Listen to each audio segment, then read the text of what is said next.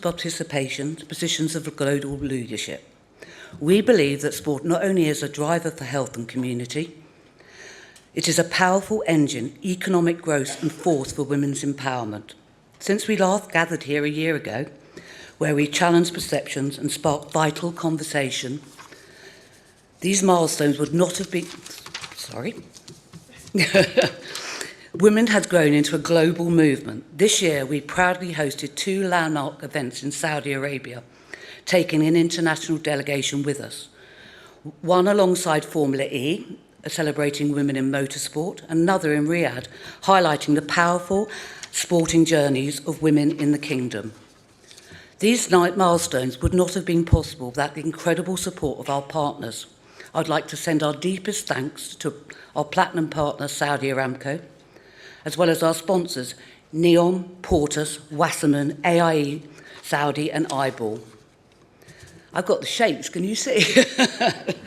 We're also grateful for our many supporting organisations whose commitment to our shared vision makes today and every day of this journey possible. Today is a reflection of sporting excellence, of trailblazers who are breaking new ground, and a testament to the truth that when we work together, we are stronger. Women is not just an initiative, it is a growing, unstoppable movement, and together we continue to change perceptions, build connections, and create meaningful and lasting change. We are especially proud of the work in Saudi Arabia, where we are honoured to have the support of the Saudi Ministry of Sport, whose dedication to advancements of sport for all is truly inspiring. This morning, I am delighted to share with you a video address from Her Excellency Adwa AlArifi, Assistant Minister of Sport Affairs. Adwa sends her apologies for not being able to join us in person, but she shares this message with us all today. Adwa is not only the Assistant Minister, but also a board member of the Saudi Olympic and Paralympic Committee. She oversees numerous national initiatives and flagship international events. She has plays a leading role in promoting sport and healthy living across the kingdom. A true pioneer of women's football, Adwa co-founded Saudi Arabia's Women's Football Club in 2007 and launched the Riyadh Women's League. She became the first female board member of the Saudi Football Federation, where she established women's football department.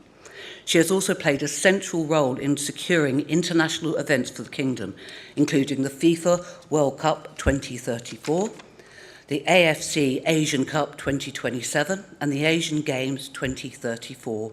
Please join me in welcoming this message from a visionary leader and a champion of women in sport, Adwa AlArifi. Distinguished guests, ladies and gentlemen, I am sorry I cannot be with you in person today, but I wanted to share a message of support and encouragement from the Kingdom of Saudi Arabia at the start of this important and inspiring event. Firstly, I'd like to thank and congratulate Tara and Laura and the team at WiMENA in all their efforts behind this movement and the staging of their 3rd event. I was so pleased that the Kingdom was able to welcome WiMENA in February of this year. It gave the opportunity for so many women in sport to see the transformation and progress in our country for themselves, many of whom came for the first time and have already said they will return. There are remarkable things happening in our country and across the region that need to be seen with your own eyes. In Saudi Arabia, thanks to His Majesty King Salman and His Royal Highness the Crown Prince Mohammed bin Salman, growth and progress is everywhere. And today, as a woman in sport, I am proud to say that we have become one of the fastest and most exciting stories in world sport, especially for women. And every door is open. With the unconditional support of the Minister of Sport, His Royal Highness Prince Abdulaziz bin Turki Al Faisal, sport is truly for all. In female sport, our grassroots are flourishing, pathways are being built, and new champions crowned. But simply, we have more girls and women playing more sports than ever before. With female participation only 2% behind men. After a 400% increase, we have close to 40 national teams across 25 sports. Over 100 female board members, and 7 female sports federation presidents. Importantly, we have also guaranteed that our female and male national athletes are paid the same and use the same quality of facilities. Much has been achieved and fast, but the future is even more exciting as firm foundations have been built. And this is why WiMENA is important. There are opportunities to grasp and challenges to overcome, many of which exist in women's sport across the entire world. But sports unites us and is our universal language, which is why we need to come together, to connect, to grow, to get to know each other better, the result of which will only ever be a win for all.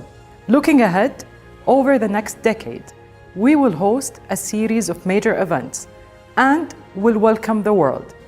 We will be in the headlines for our growth, but I ask you to see that more than building stadiums or facilities, we are building a sporting nation where dreams are coming true for so many of our girls and women. For us, sport is a race with no finish line, and it is a journey that you are all invited to join us on. Thank you and enjoy your day ahead. I now have the pleasure of welcoming Karen Webb Moss onto the stage. Karen has over 3 decades in global sports business, a career that includes working on 11 Olympic Games, multiple FIFA World Cups, Paralympic and Commonwealth Games, leading several successful bids. She was one of the first senior women at the IOC and one of the first CEOs of a sports organisation in the Middle East. Karen, luckily, is now back in the UK and chair of the British Swimming Aquatics GB and also chair of the Female Motorsport Initiative More Than Equal, and also runs her own advisory business. Karen.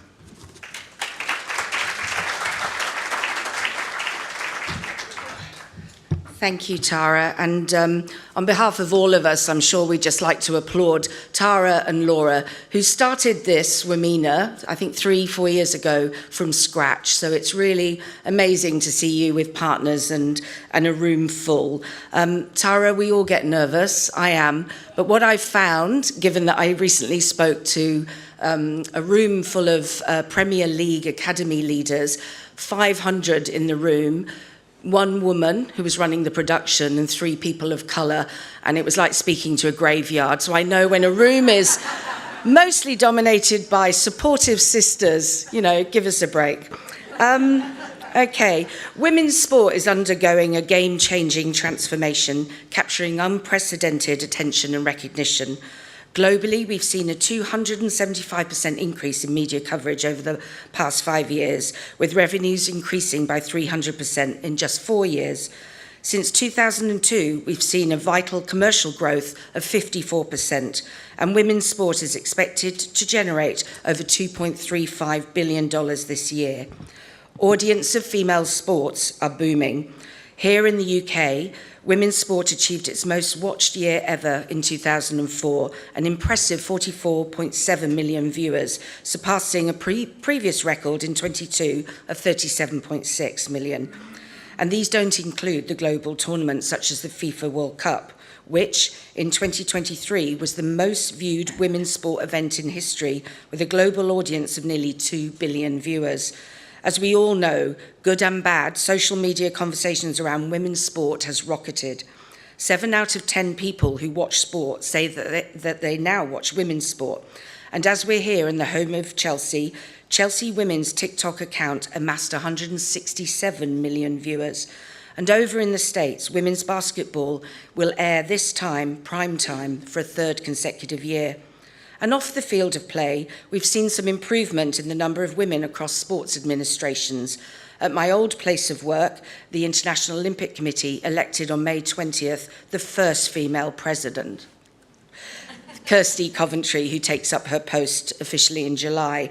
And the IOC membership has, over the last few years, grown to 41% of females, which is 100% more than it was in 2013. In Paris at the Olympic and Paralympic Games, 35 female commentators were hired by the Olympic Broadcasting Service, raising the percentage of female commentators to nearly 40%. And since Rio 2016 Games, that's a rise of over 200%. And when we think about pay, which is improving, in 1973, tennis led the way, with thanks mostly to Billie Jean King, where equal prize money was paid to women, and across 4 major tennis tournaments, they now offer this. And there are many countries and many other sports now committing to equal pay. Brands are finally investing in long overlooked female talent.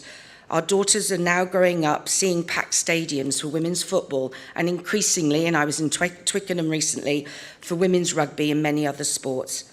So it seems that sport is finally becoming more representative of society and more aligned to the reality that we live in. So, with all that, surely we don't need any more women in sport panels or women in sport conferences, because it all sounds fabulous, doesn't it? However, let's look at our big, wide world and consider something I've recently come across before I talk a bit more about sport. Women are 51% of the population, but 70% of the poorest in our society. 83% of single parents doing 66% of the work, producing 50% of the food, but earn just 11% of the pay and own just 1 to 2% of the land. For sport, despite the very welcome progress I've touched on earlier, boy, or rather girls, have we got some issues. Here we're in 2025 and we're still struggling with gender stereotypes, pay disparity. In last year's Forbes 100 top paid athletes, not one woman. There's lack of opportunity in funding, underrepresentation in leadership. So while I mentioned the progress made at the IOC, out of about 50 to 60 international federations, there are still only 3 female presidents. We have safety and transport issues, a history of active exclusion and banning, and women and girls, unfortunately, experience more violence, online abuse, and sexual abuse across sport. And girls are still dropping out of sport by the age of 14 at twice the rate of boys. So, as we think about a vision for women's sport, isn't it just this? That no one of any cultural society, economic background, or of any ethnic group, or of whatever ability should be excluded. Simply, women and girls need access to sport. We should all have the opportunity to find the joy, the pride in effort, the physical and mental benefits, the feeling of winning or losing, but wanting to go back again and win, the confidence-boosting resilience, the sheer delight and fulfillment of playing, of competing, of teamwork, of the personal, community and societal health and well-being that comes with sport. I think all of us sitting here want a world of sport where we recognise and embrace diversity, where we celebrate our varied experiences of women and girls in sport, respecting perspectives, valuing our insights, learning from each other, sharing and inspiring. And we can start this right here today, as we have done with the previous WiMENA conferences. My career has taken me around the world, living and working in Australia, China, Japan, Europe, Brazil, and then to Qatar, Abu Dhabi, Bahrain, and Saudi. If I think about the vision for women's sport today, surely there is no greater and more inspiring example of progress, transformation, and growth than what's happening right now in the Middle East.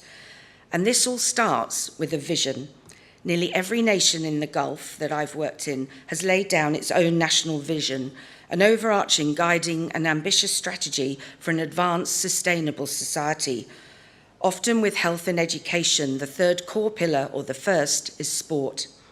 Imagine for us living over here, being able to set out a long-term vision and framework decades before, being able to steer that and to ensure that all private and public sectors are aligned with this. No government changes every 4 years, no U-turns in policy to impede or disrupt, just sheer progress following a vision.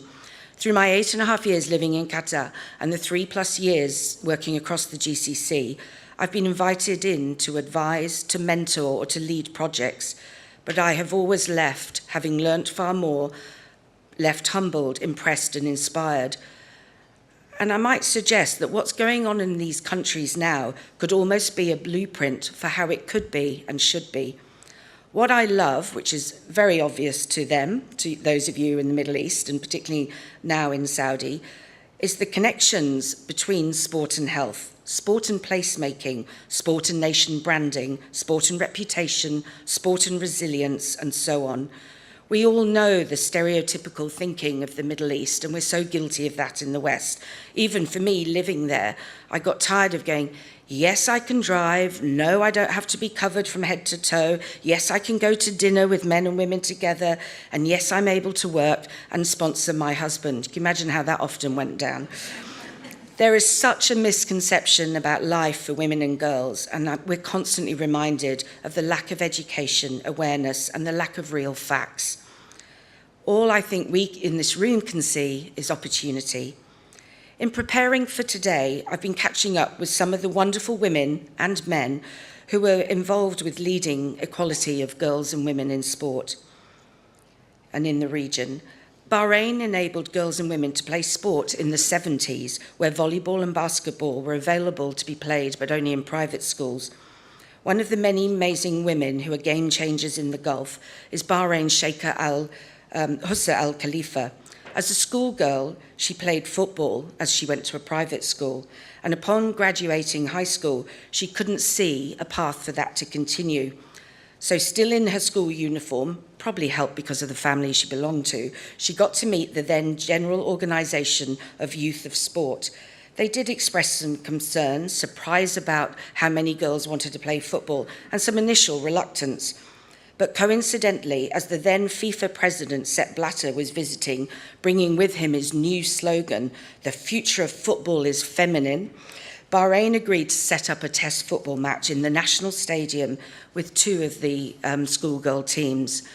Since then, play has not stopped, and football with other sports are played in all schools now.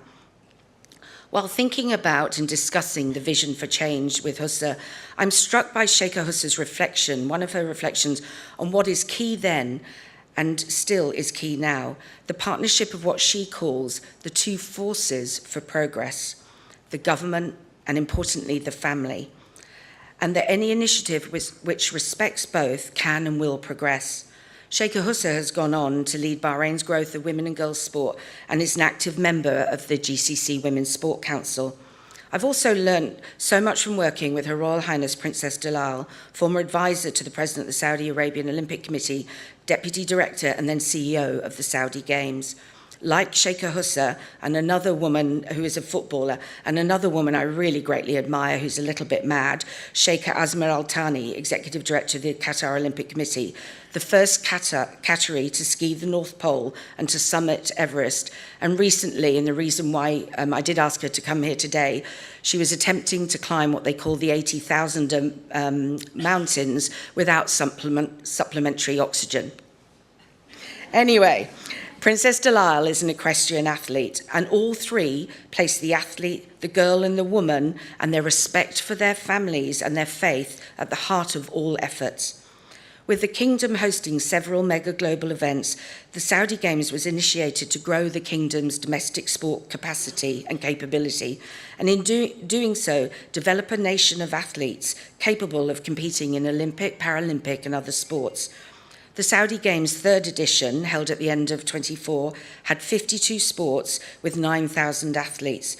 50 of those were female and mixed competitions, 7 para sports. It's created over 300 new jobs and the first real volunteer workforce of over 350, and contributed 642,000 SAR to the sports economy in Saudi.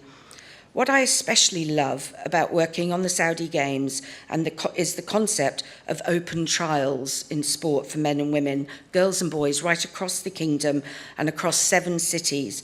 Last year, 300,000 people registered to give a sport a go. That's where hopefully our future champions come from.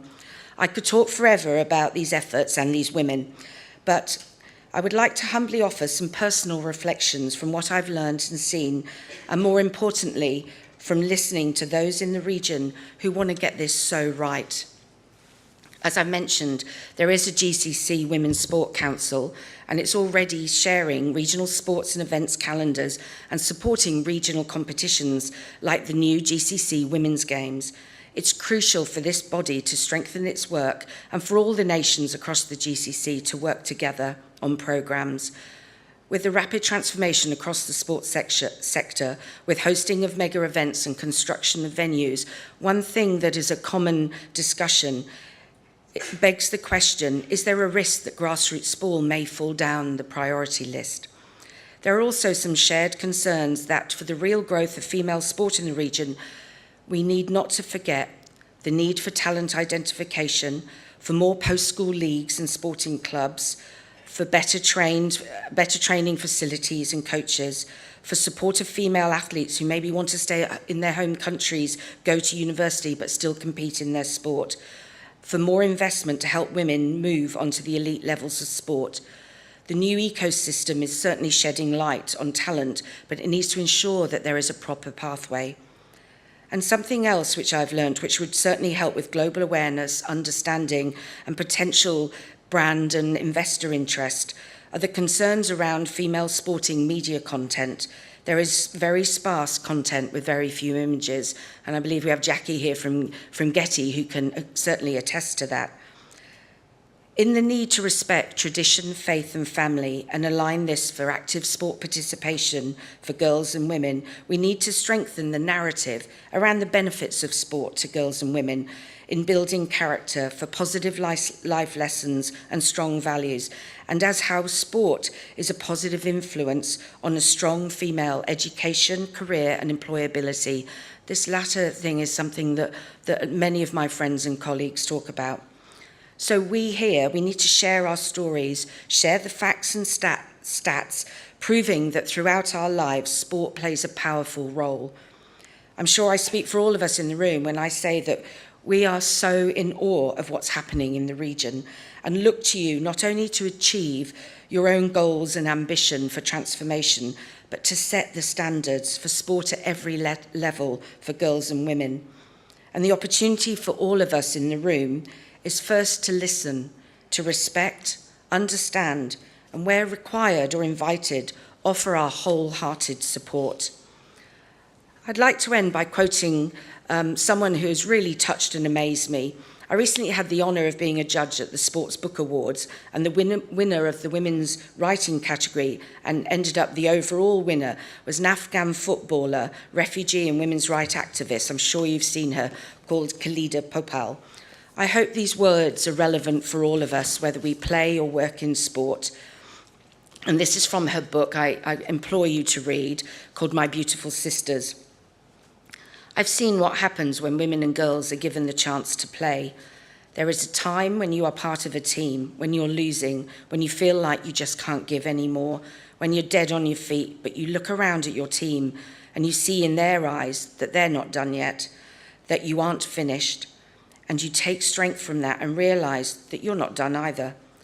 We will never stop being a nuisance. We will never stop poking and prodding. We will never stop asking for the rights which should be ours. We will never stop calling out hypocrisy where we see it. We will never stop asking, why not us? We will never stop running and kicking, shouting and playing, because there's a ball and there is you. But what really matters is you, your team, and all of our sisters. Thank you.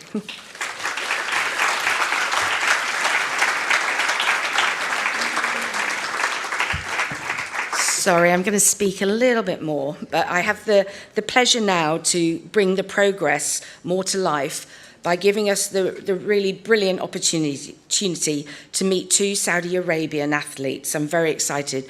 Both of these women are firsts to achieve representation for their country and their region in their sport. One from a sport that I'm actively involved in, motorsport, which has not seen a woman on F1 for nearly 50 years. And the other is the Kingdom's first female professional skier. While they join me on stage, I'm just going to tell you a little bit more about them. Farah, Sharifa.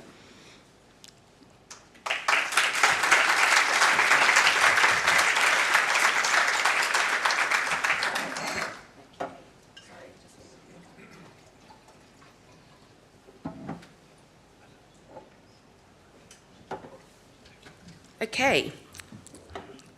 Farah is a racing driver who went from leisure and rental karting at the weekends to single-seaters in under a year. She won the 2022 Female Karting Saudi Championships. She continued and then gained national recognition and international attention by earning a wild card entry to the F1 Academy this year in Jeddah during the F1 Saudi Grand Prix. As a student, she moved to the UK to further her studies, get this, in aerospace engineering. Farah, known for her systems-orientated and technical approach, is the first Saudi woman to reach this level in motorsport. She is also an advocate for neurodiversity and for creating more inclusive pathways into both STEM and motor racing. Sharifa, to my immediate left, is Saudi's first female skier. Born in Jeddah, she was educated in Switzerland and London and has a couple of degrees around art and art history. What started as a family pastime, holidaying in the Alps, soon became a personal passion, and she entered the sport professionally, and much later than most, carving out her own place in alpine skiing.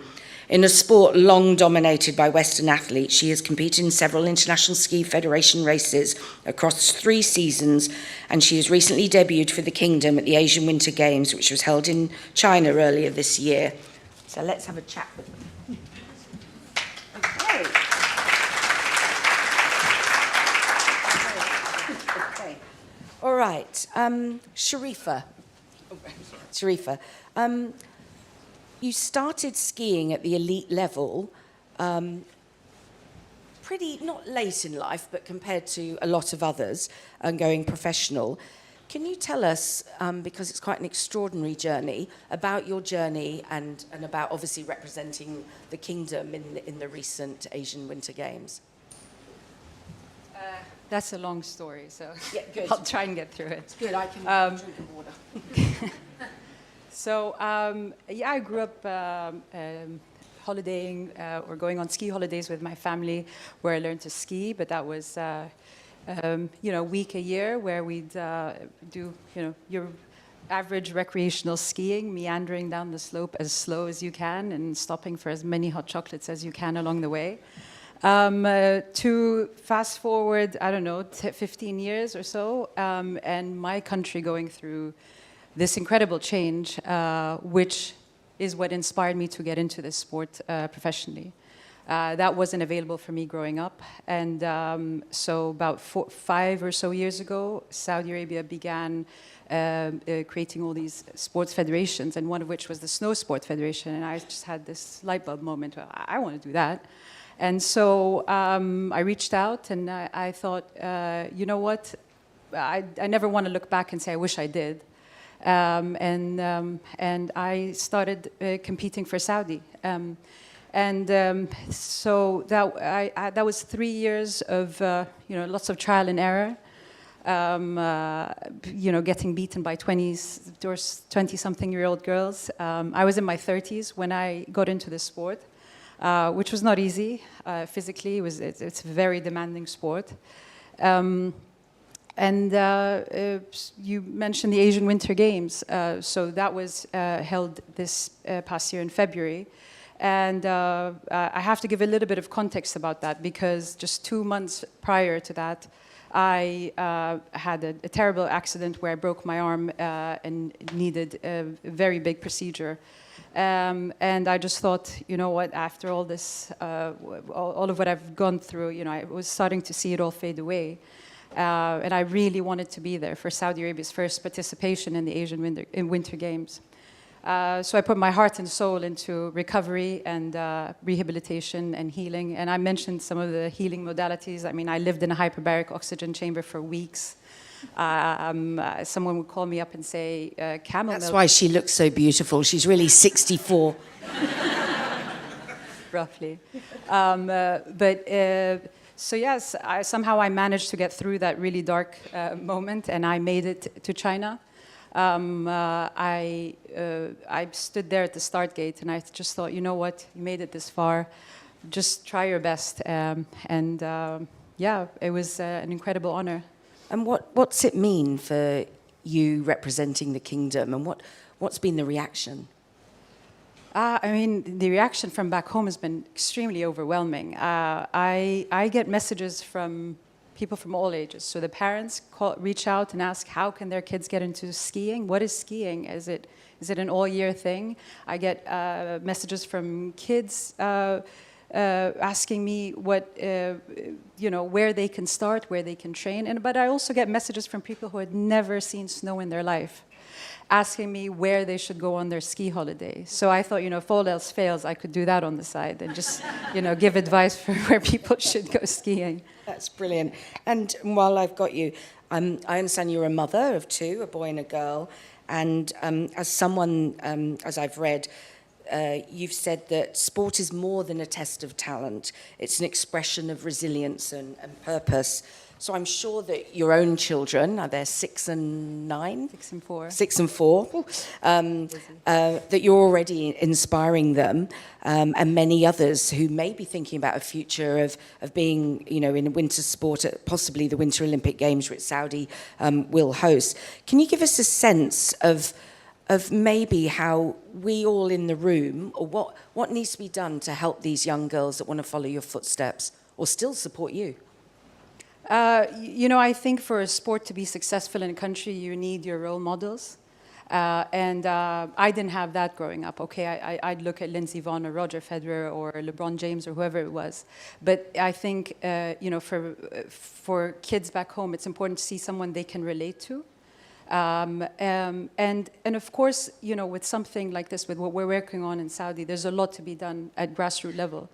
And so we see a lot happening with, the infrastructure being built around that, with facilities. There needs to be a lot more facilities being built. Athlete development programs, I'd love to see a lot of that, because that's really needed, to show an athlete what it's like from where, they just get a spark and they want to get into something, to taking them to, the elite level of performance. So there's a lot of and in between, obviously.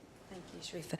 Farah, I'm going to lead into this by mentioning our own research at More Than Equal, where it was, having joined More Than Equal 2.5 years ago, we knew that to be taken seriously in motorsport, we needed to focus on the data and find out the reality for girls and women in motorsport. So it gave us an understanding of the many cultural, financial, bias in the car design, physical and other barriers, and some rotten stereotypes in motorsport. As a woman who started competing young in sort of more leisure karting, and you've worked your way up pretty quickly, I'd say, from karting to single-seater to competing with F1 Academy, how do you find the world of motorsport? Thank you for that question, Karen. As if trying to open that water bottle wasn't embarrassing enough. If my voice shakes, that's excitement and not much of nervousness. I am very thankful to be sharing this stage with you, Karen, and with you, Sharifa, and I'm very honored and privileged to be standing before you sharing my story. So honestly, growing up with having 2 brothers and my siblings, motorsport or cars was the way that I connected with my brothers. And the next thing that popped on my Google search was a disused karting track in Riyadh. When I went there and I tried karting, luckily for me, sadly for my brothers, I beat them so badly, they never showed up again. But I was just having fun and enjoying the family that sports built with the other drivers that I found on the track. And then moving to the United Kingdom and pursuing my degree in aerospace engineering and expanding my experience and getting a little bit deeper, and the next step in the ladder of motorsport has definitely been stressful. I remember coming back in the pits in my very first F4 experience, crying because I was so scared. Because while everyone starts at a 4-year-old or 8 years old, I started karting when I was 15, very late. And then I started 3 months ago in single-seaters, jumped straight in a competition, no testing, no training prior to that. And I saw everyone just flying past me like bees. And I came back to the pits, I was crying. My mental coach, my driver coach, came to me and gave me a tissue, and he said, "You can't drive with tears in your eyes, so wipe them and go back in." And that's exactly what I did. So I will try again opening that water bottle. Resilience. And, you know, I'm not from motorsport, and going into it, I've been quite surprised. It is changing, but it's a very male-dominated environment. As a woman, what do you think are the specific issues about motorsport that could be addressed that would help women get to, as is our joint ambition, to get a woman on the F1 grid? Yes, I think that's very important to mention, that it's a self-doubt kind of a thing. It's an inner thought that that it's sometimes used against us. But once we put the helmet on, everyone just wants to win. No one really cares if that's a female or a male or anyone. No one has time to think about whether that's a female or a male driver. I want to win as bad as they do, and they want to beat me as bad as I want to beat them.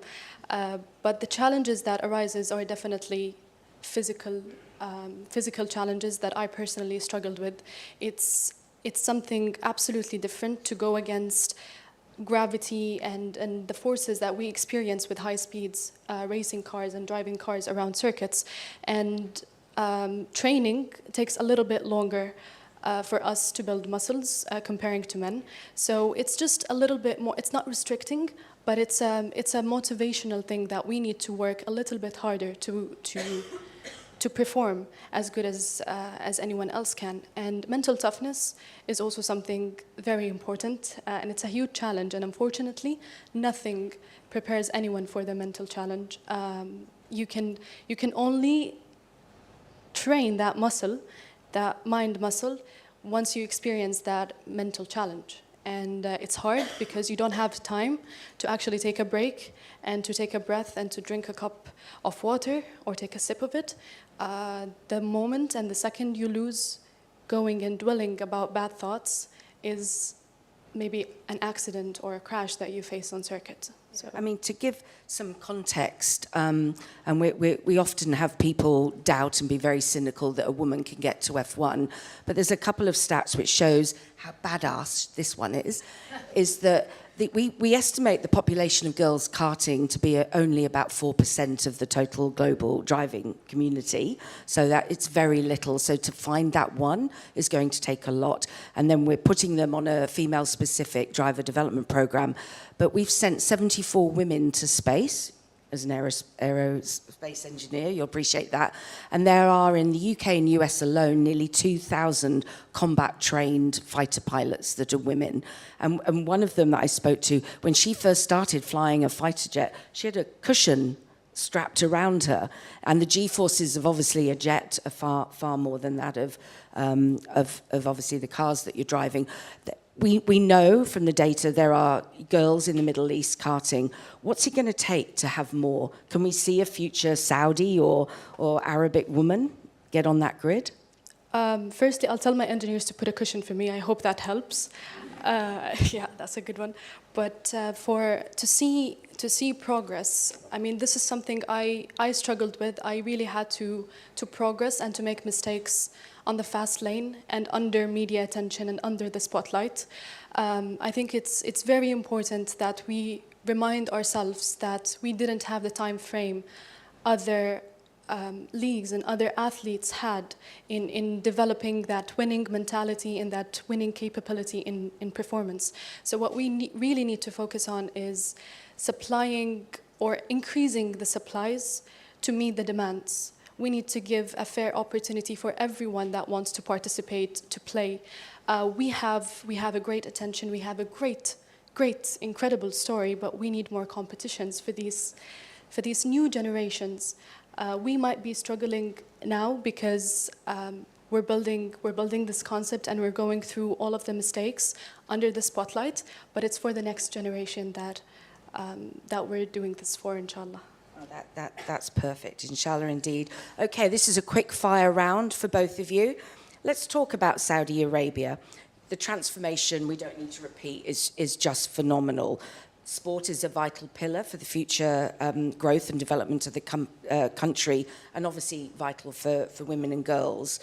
How do you both feel about what's going on in your home country and about this phenomenal progress? I mean, proud is an understatement. For me to witness the shift from where we were barely speaking, sport was not part of the conversation, to it now being a national priority. That's something I could never have imagined growing up. Yeah, this is our moment. This is our moment as Saudi Arabians. That's amazing. As Sharifa has said, being proud isn't enough in describing that. It's given us the opportunity, and me the opportunity to be here sharing the struggles. Perhaps it can raise more appreciation of everything that's being done. But I'm extremely excited for what's coming next. Extremely proud and extremely happy. Okay, I know that time is tight, so I'll fast forward a few questions. How does the future then look for girls and women for sport in Saudi Arabia? Given, inshallah, that we conquer the challenges in media exposure, in funding, and in collaborating with big and international brands, as everyone needs, including myself. But given that we conquer and overcome these challenges, we look at a very bright future. We share a global problem in empowering women in sports, and we look at opportunity. I believe that sometimes it takes a person to do it in order for others to believe, and in order for others to pursue their dreams. So we're going in the right direction, inshallah. Brilliant. Sharifa, anything to add to that? I don't have much to add to that. So go on. Actually, sorry, thank you. Actually, having excuse me. Being a parent, I think that's a very important thing, because we both had the privilege of having supportive parents, and that's something I believe very important. So how would you support your kids to actually, do you think that would make a difference in being supportive? So, it's easy for them now. They can dream it and do it. So my son will 1 week be into fencing, and there's a fencing club in Jeddah for him to go to. The next week, both my kids are into capoeira, and that's available. I think the future is bright for them. So last question, to your kids or to all of the young girls, and I've looked at your Instas, you've got a huge following. What do you say and what do you advise young girls in Saudi to do? I would say, this is your moment, this is our moment. Just whatever it is, go for it. Don't wait for the path to be handed to you. Don't wait for the path to be paved for you. It certainly wasn't for me. I think it's a unique moment for us where the path is being created as we go. But it's there for you. The opportunities are there. The support will be there. So it's a time that you can go for your big dreams. That's incredible. I would also say I would give them same advice, but with also preparing them for the challenges. It's very important to dream big, but it leaves everyone in a vulnerable place, in being shattered when they see these obstacles and these challenges. So I would advise to go into sports, because it really builds character, and that only happens because discipline is challenged and resilience is challenged, and it's very important to prepare for the worst in order to see the best. Okay, I think because we need to move on to the next panel, can I just ask you to thank these more fabulous women and...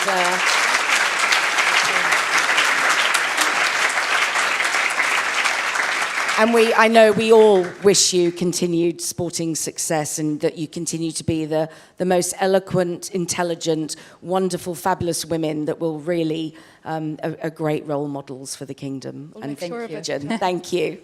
Okay. Thank you very much.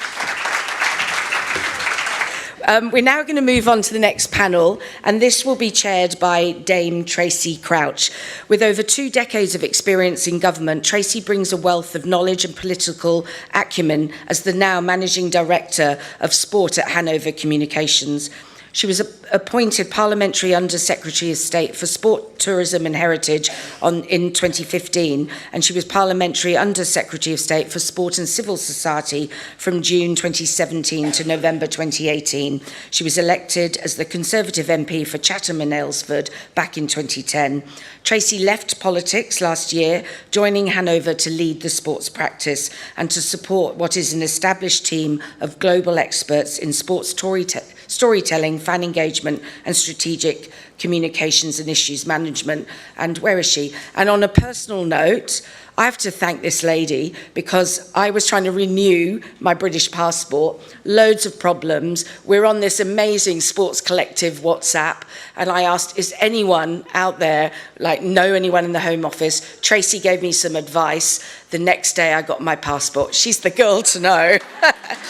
But while Tracy and her panel are coming up on stage to discuss the path to sporting success and how we empower excellence in order to do that, as a suitable and rather nice and relevant link from me to them, I'm really chuffed. I invited David Coulthard, who is the founder of More Than Equal, to come today. He's really sorry he can't, but I'm pleased that I managed to pin him down. He's one of the busiest people on and off the track I know. He's a colleague of mine. Well, actually, he's the inspirational founder of More Than Equal. Former driver in F1, David Coulthard, has a message for you. Thank you. Hello everybody, my name is David Coulthard. I'm speaking to you here from the Formula One paddock. I'm a former Grand Prix driver, saying a big hello to all of you involved in this Women in Sport conference. I would have loved to have been there in person, but the Formula One season sees me travel all around the world. Now, I'd just like to talk briefly about my passion for supporting women in sport, women in motorsport particularly. And if I take you back to the beginning of my journey, I grew up in a very small village in the southwest of Scotland, and we were a farming region. I was more likely to end up milking the cattle than ever being a Grand Prix driver. But with a supportive family, I was set on a journey through karting, into cars, and then further support from many of the great former champions in motor racing that led to me becoming a Grand Prix driver. In my shadow was 6 years my junior, Lindsay, my younger sister, who also started karting. And it's fair to say she was more naturally talented than I was. She took to it like a duck to water. Success came very quickly in her journey. But the key number I gave you there was the 6-year age gap. So when I moved into cars at 17, you can do the math, she was 11. When I got my first chance to drive a Formula One car at 19, you can do the math. So the momentum was building towards the dream of becoming a Grand Prix driver actually becoming the reality. And of course, the family, including my sister, were getting ever more supportive and ever more excited about that possibility. So when I did get the opportunity to become test driver for the Williams team in Formula One, and then that ultimately led to me being a Grand Prix driver, the focus went off Lindsay. She didn't get the same level of support, and I then fulfilled my dream. So what I realized in that moment, and have been really doing everything I can since then, is that if you nurture talent, if you support talent, then they have the chance to realize their dream. And Lindsay wasn't given that same opportunity because, as I've already mentioned, my journey. So if we fast forward to when I retired from Formula One, there was an opportunity to be involved in the first women-only racing series, which was called W Series.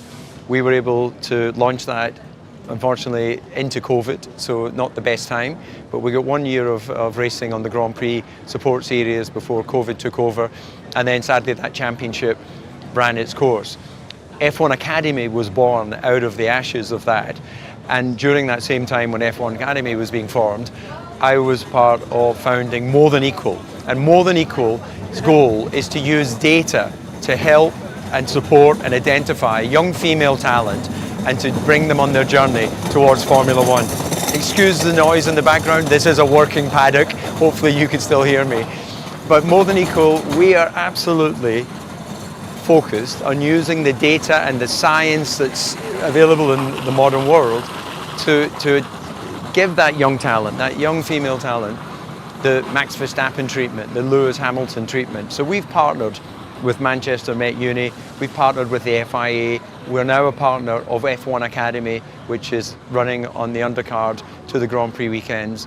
And we absolutely know and believe that in the coming years we will have a top-line Formula One driver that has come through either the academy or through the support system of More Than Equal. There is no reason why women cannot compete at the highest level in motorsport against men. This is not like other sports where it's about physicality. This is a hand-eye decision-making sport. And in my lifetime, we will see a woman win a Grand Prix. And the ultimate goal of More Than Equal is to deliver the first female Formula One world champion. Anyway, I know you've got much to talk about there on the ground. It's been a pleasure to have this brief opportunity to share a little bit my passion for supporting women in motorsport and women in sport. Have a wonderful rest of the conference.